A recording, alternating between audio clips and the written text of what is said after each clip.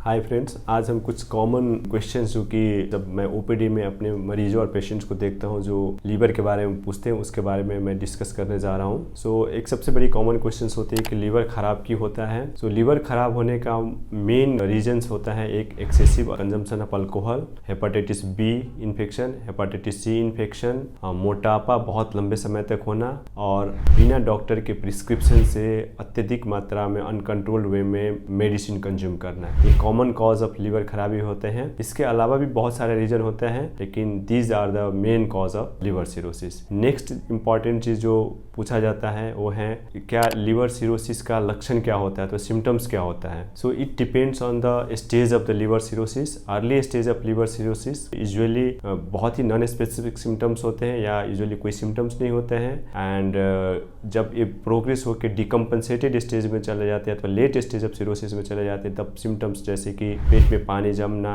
मुंह में ब्लड की वोमिटिंग आना, जॉन्डिस होना, गफलत में जाना, ये सब दिख जा सकता है। नेक्स्ट इंपॉर्टेंट जो क्वेश्चंस होते हैं कि लीवर सिरोसिस क्या ठीक हो सकता है। Again it depends on the stages of liver cirrhosis and causes of liver cirrhosis. जैसे कि अगर अर्ली स्टेज में है लीवर सिरोसिस और अल्कोहल के कारण से लीवर सिरोसिस है, तो अगर आप अल्कोहल बंद करते हो एंड अर्ली स्टेज में है तो लीवर सिरोसिस रिवर्ट बैक हो सकते हैं। जैसे अगर liver cirrhosis hepatitis B infection के कारण से है, अर्ली स्टेज में है, कोई सिम्टम्स नहीं है, लेकिन अगर आप हेपेटाइटिस बी का ट्रीटमेंट कराते हो तो लीवर सिरोसिस रिवर्ट बैक किया जा सकता है to some extent.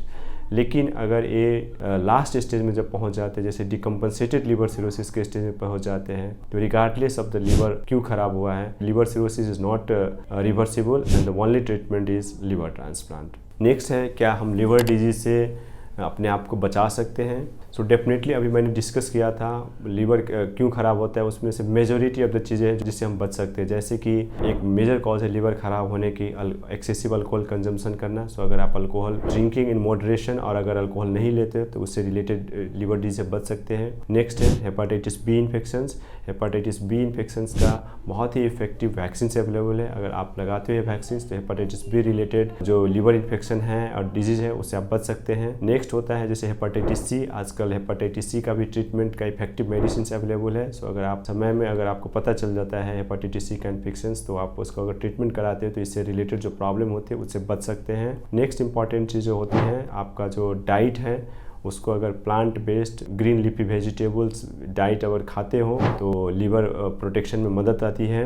Next important चीज़ें हैं आपका वेट, अगर ओवर वेट लंबे समय तक है और डायबिटीज़ हाइपरटेंशन है तो अगेन लीवर ख़राब होने की चांसेस होती है। ऐसे में अगर आप एक अपना नॉर्मल हेल्दी वेट मेंटेन करके रखते हो तो इससे होने वाले जो लीवर डिजीज है उससे आप बच सकते हो। नेक्स्ट इंपॉर्टेंट क्वेश्चन ये है क्या लीवर रीजनरेट करता है या ग्रो करता है कि नहीं।